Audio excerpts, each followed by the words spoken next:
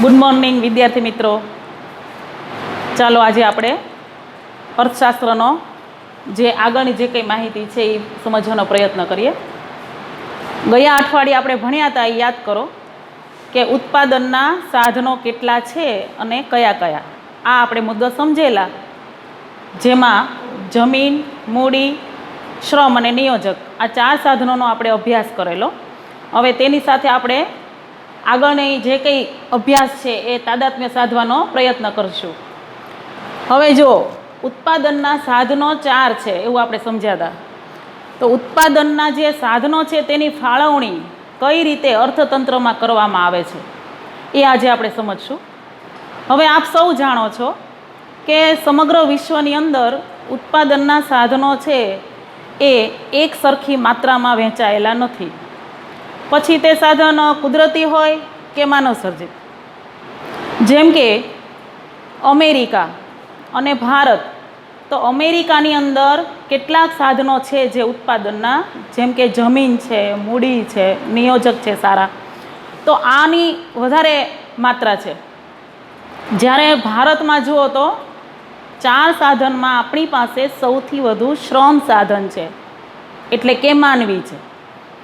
એ ઉપરાંત પણ છે પેટામાં આપણે જોઈએ તો જમીનમાં જેમ કે ખનિજો છે, જંગલ છે, તો આ બધા જે કુદરતી સાધનમાં આપણે ઉપયોગમાં લઈએ છીએ એ પણ કેટલાક દેશોની અંદર મર્યાદિત માત્રામાં છે, કેટલાક દેશોની અંદર અમર્યાદિત માત્રામાં છે.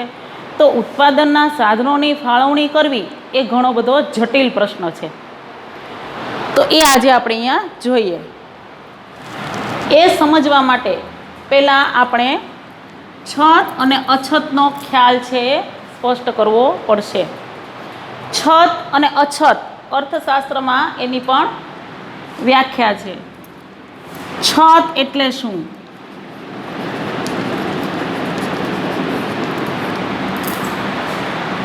તો બહુ સરળ છે. માંગ ઓછી અને પુરવઠો વધારે.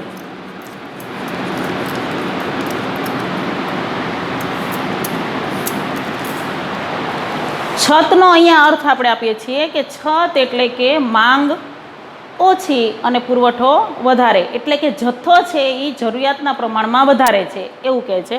અને બીજું છે અછત.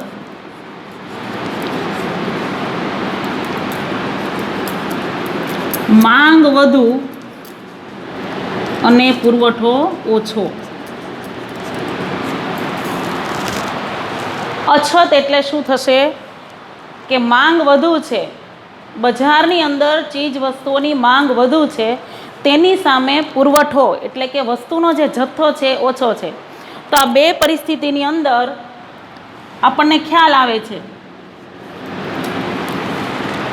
કે કઈ ચીજો છે એ વધારે માત્રામાં ઉત્પાદન કરવાની છે અને કઈ ચીજો છે એની ઓછી માત્રામાં ઉત્પાદન કરવાની છે. હવે એનાથી પણ આગળ જોઈએ તો કયું સાધન વધારે ઉપયોગમાં લઈએ તો આપણી જરૂરિયાતો સંતોષાય. તો જરૂરિયાતોના આમ જુઓ ને તો લક્ષણો 7 છે અર્થશાસ્ત્રમાં. એડમ સ્મિથ, આપણે કદાચ નામ ન સાંભળ્યું હોય, પણ અર્થશાસ્ત્રના પિતાનું નામ છે એડમ સ્મિથ. એટલે કે એડમ સ્મિથ છે એવું કહે છે કે માનવી જે છે ને એ જરૂરિયાતનું પોટલું છે. પોટલું એટલે શું કે માનવીની એક જરૂરિયાતો પૂરી થતાં બીજી જરૂરિયાતો ઉદ્ભવે છે, વળી વારંવાર પણ ઉદ્ભવે છે. તો એવા 7 લક્ષણો હોય છે, પણ તમારે અહીંયા આટલા બધા નથી આવતા. આપણે સમજીએ છીએ કે એ કયા પ્રકારનું હોય છે. જેમ કે જરૂરિયાતો અમર્યાદિત છે અને સાધનો મર્યાદિત છે. સાધનો બોલીએ એટલે હવે આપણે ખ્યાલ આવી જાય છે કે પેલા 4 જમીન, મૂડી, શ્રમ, નિયોજક, આ 4 સાધનની વાત કરીએ છીએ. તો જ્યારે આપણે જરૂરિયાત વધારે છે એટલે કે આપણી માંગ વધારે છે, તેની સામે આપણી પાસે સાધનો મર્યાદિત છે, ટાંચા છે. તમારે બુકમાં શબ્દ કદાચ ક્યાંય હશે કે ટાંચા. ટાંચાનો અર્થ ઓછા છે, મર્યાદિત છે. તો આપણે એ જરૂરિયાતો પૂરી કરી શકતા નથી. એક ઉદાહરણ લઈએ આમાં, કે દાખલા તરીકે અનાજનું આપણે ઉત્પાદન કરવું છે, તો અનાજ છે એ વસ્તીના પ્રમાણમાં અનેક ગણું ઉત્પાદન કરવાનું છે, તેની સામે જમીન છે આપણે ઓછી છે. તો ઓછી જમીન અનાજની જરૂરિયાત વધારે, તો સાધન મર્યાદિત, જરૂરિયાત વધારે છે. બીજું આપણે એક લક્ષણ જોઈએ તો કે માનવીની જે જરૂરિયાતો છે ને એમાં પણ ઘણો બધો તફાવત છે. બધી જરૂરિયાતો આપણી એક સરખી પણ નથી. તમે અનુભવો છો કે આપણી કેટલીક જરૂરિયાતો છે એ એક વખત સંતોષીએ પછી લાંબા સમય સુધી એની જરૂર નથી પડતી. દાખલા તરીકે વસ્ત્રો આપણે ખરીદ્યા હોય તો 6 મહિને 12 મહિને કે આપણે કેવી આપણી આવક છે એના આધારે આપણે 2-4 મહિને ખરીદીએ તો ચાલે. એની સામે તમે જુઓ કે ખોરાક એટલે કે આપણને ભૂખ લાગે છે, તો ભૂખ લાગવાની જરૂરિયાત છે એ વારંવાર ઉદ્ભવે છે. વળી પાછું 2-3 કલાકે પાછું તમારે જમવા જોઈએ, એનાથી પણ હજી એક જરૂરિયાત છે તરસ, કે એનાથી પણ આપણને ઝડપથી લાગે છે. પણ તરસને અને સાધનોને સાથે બહુ ખાસ લેવા દેવા નથી. એટલે મેં 2 ઉદાહરણ ધ્યાનમાં લેવાના છે. એક છે ખોરાક અને બીજો છે વસ્ત્રો. એનાથી પણ લાંબા ગાળાની એક જરૂરિયાત છે અને ઘણી અગત્યની છે મકાન. તો મકાન જો આપણે ઘરનું બનાવી નાખ્યું હોય તો 20-25 વર્ષ સુધી જરૂરિયાત ફરીવાર ઉદ્ભવતી નથી. તો જરૂરિયાતો કેટલી છે, કયા પ્રકારની છે, ક્યારે એને સંતોષવાની છે, આ બધા જ જે પરિબળ છે એ પરિબળો ઉપર આખા સાધનોની ફાળવણીનો આધાર રહેલો છે. અહીંયા એક મુદ્દો લખ્યો છે, જરૂરિયાતોનો અગત્યતાનુક્રમ. એટલે કે જરૂરિયાતોને આપણે પૂરી કરવા માટે સાધનોની અછત છે, એટલે કે મર્યાદિત છે. તો સાધનોની જ્યારે અછત હોય ત્યારે જરૂરિયાતોને ક્રમ આપવો પડે. અહીંયા આપણે એનું ઉદાહરણ જોઈએ.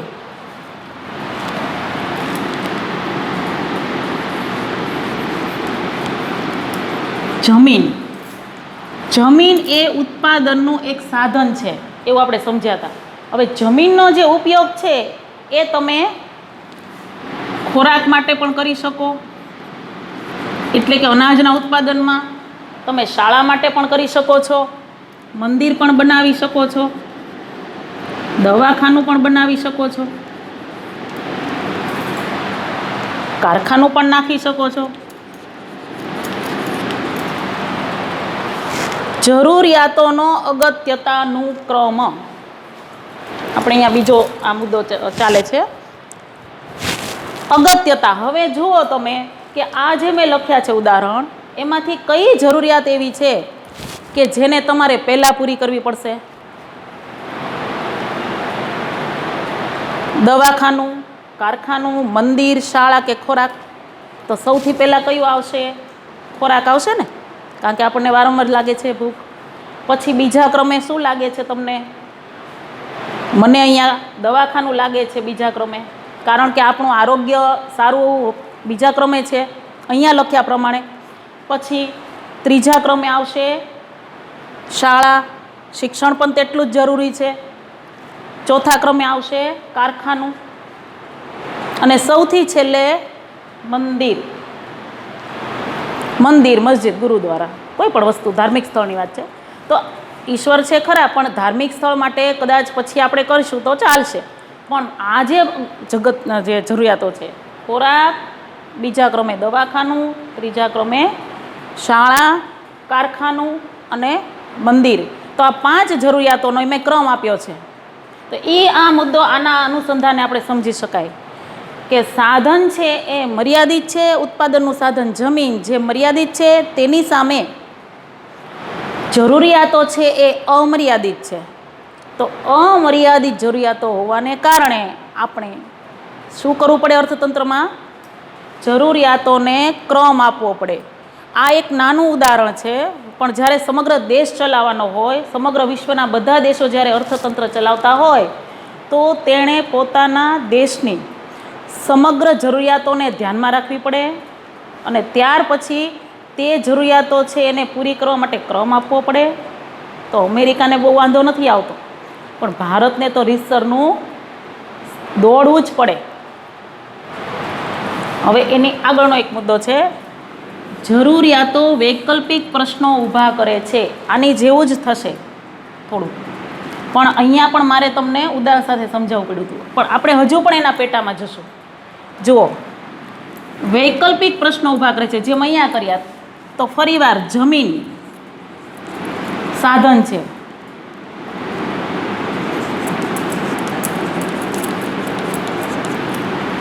ઘઉંનો પાક આપણે ઉગાડીએ છીએ, તો ઘઉંનો પાક પણ જમીનમાં લઈ શકાય છે. જરૂરિયાત આપણી આવશે અનાજ, તો અનાજની અંદર ઘઉંનો પાક, મગફળી, શેરડી, તેલીબિયા, આ બધી વસ્તુ આપણે ઉત્પાદન કરવાની છે. આ બંને થોડા સરખા છે, પણ આપણે હજુ પેટામાં જઈએ છીએ કે જમીન છે એમાં આપણે અનાજનું ઉત્પાદન કરવું છે, અને આ તો બહુ ઓછા છે પાક. અનેક પ્રકારના આપણે પાકનું ઉત્પાદન કરીએ છીએ. તો એ બધા પાકમાંથી જ્યારે જમીન ઓછી હશે, મર્યાદિત હશે, ત્યારે આપણે શું કરવું પડશે? આમાં પણ જે સૌથી વધારે જરૂર છે એને પહેલાં આપણે પાક લેવો પડશે, જેમ કે ઘઉં, અને પછી જે પ્રમાણે જરૂરિયાત હોય. મગફળી છે તેલીબિયા છે, એટલે તેલ પણ જોઈએ, એટલે તેલ લખ્યું છે. પછી અહીંયા બીજા અન્ય તેલીબિયા છે, મગફળીની સિવાયના કેટલાક છે, રોકડિયા પાક છે. તો આ બધા પાક જે છે ને એમાં પણ ક્રમ આપવો પડે છે. તો પરિસ્થિતિ ક્યારે ઊભી થાય છે? જ્યારે સાધનો આપણી પાસે મર્યાદિત છે, જમીન સાધન ઓછું છે. આ તો એક જ ઉદાહરણ આપ્યા રાખ્યું છે, બાકી તો મૂડી પણ આવશે કે મૂડી સાધન ઓછું છે. પછી આગળ આવે સારા નિયોજક જે મેનેજમેન્ટ કરનારા છે એની પણ ક્યારેક અછત સર્જાય છે. શ્રમ સાધન વધારે છે. તો આ આખા જે મુદ્દો છે એમાં આપણે એવું સમજી શકીએ છીએ કે તો બધા દેશોએ શું કરવું જોઈએ? એક જ વસ્તુને ધ્યાનમાં રાખવું પડે, એક જ વસ્તુ, કે પોતાના દેશની અંદર કયું સાધન વધારે છે. દાખલા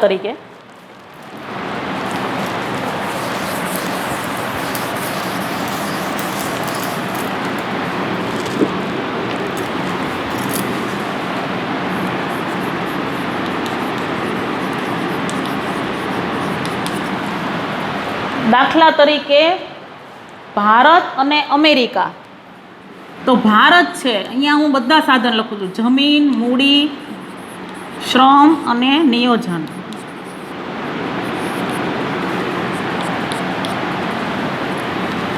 ભારતની શું સ્થિતિ છે? ભારત પાસે જમીનની અછત છે.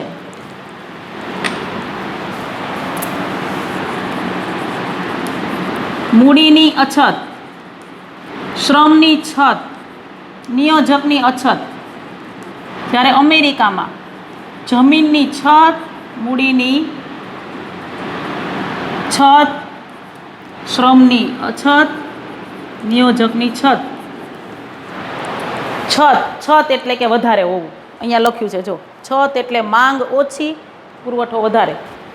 આ ઉદાહરણ ઉપરથી વધારે તમને ખ્યાલ આવશે કે ભારતની શું સ્થિતિ છે. ભારતમાં ઉત્પાદનના જે 4 સાધન છે તેમાંથી જમીન, મૂડી અને નિયોજક 3 સાધનની અછત છે. કયું સાધન સૌથી વધારે છે? શ્રમ. હવે અમેરિકાની સ્થિતિ જુઓ તમે કે અમેરિકામાં જમીન, મૂડી અને નિયોજક એની છત છે. તો કયું સાધન છે એની અછત છે? શ્રમ. તદ્દન વિરોધી છે.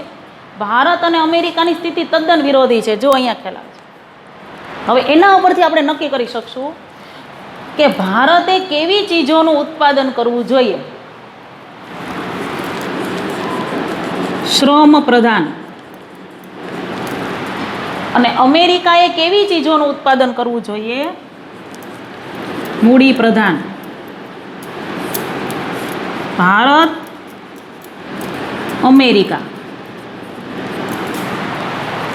આગળના ઘણા બધા પાઠ જે છે એ તમને ખ્યાલ આવી જશે. અહીંયા જુઓ, 4 સાધન છે, સામે તેનો જથ્થો, એટલે કે જે એની મર્યાદિત અમર્યાદિત જે છે એ પરિસ્થિતિ લખી છે. તો જે દેશની પાસે જે સાધનની છત હોય, એટલે કે જથ્થો વધારે હોય, એ જ વસ્તુનો જો એમાં વધારે ઉપયોગ કરે તો તેને વધારે ફાયદો થાય. જેમ કે ભારત પાસે કયું સાધન વધારે છે? શ્રમ, છત છે. એટલા માટે ભારતે કેવી ચીજોનું ઉત્પાદન કરવું જોઈએ? શ્રમ પ્રધાન. શ્રમ પ્રધાન ચીજની પણ વ્યાખ્યા છે. શું થશે? કે ઉત્પાદનના સાધનમાં શ્રમ સાધનનો વધુમાં વધુ ઉપયોગ કરી અને ચીજ વસ્તુનું ઉત્પાદન કરવામાં આવે તે શ્રમ પ્રધાન ચીજ તરીકે આપણે એને ઓળખીએ છીએ. દાખલા તરીકે ભારતમાં કરવું હોય તો ખેતી. ભારતમાં ખેતી છે એ શ્રમ પ્રધાનમાં ઉદાહરણમાં લઈ શકાય. અને આપણે ખ્યાલ જ છે કે ભારત ખેતી પ્રધાન દેશ છે. અમેરિકા યંત્રો મૂડી પ્રધાન, જે ચીજોના ઉત્પાદનમાં વધારે મૂડી સાધનની જરૂર પડે. જો અમેરિકા મૂડીની છત છે, તો અમેરિકા પાસે મૂડી સાધનની છત છે. એટલા માટે અમેરિકાએ કેવી ચીજનું ઉત્પાદન કરવું જોઈએ? મૂડી. કારણ કે યંત્રોમાં વધારે મૂડીની જરૂર પડે છે. તો જે ચીજમાં વધારે મૂડીની જરૂર પડતી હોય, ટેકનોલોજીની જરૂર પડતી હોય, તો તેવી ચીજોને મૂડી પ્રધાન ચીજ તરીકે ઓળખાય. યંત્રો. જે ચીજના ઉત્પાદનમાં શ્રમ એટલે કે માણસોની વધારે જરૂર પડતી હોય તે ચીજને શ્રમ પ્રધાન ચીજ કહે છે. દાખલા તરીકે ખેતી.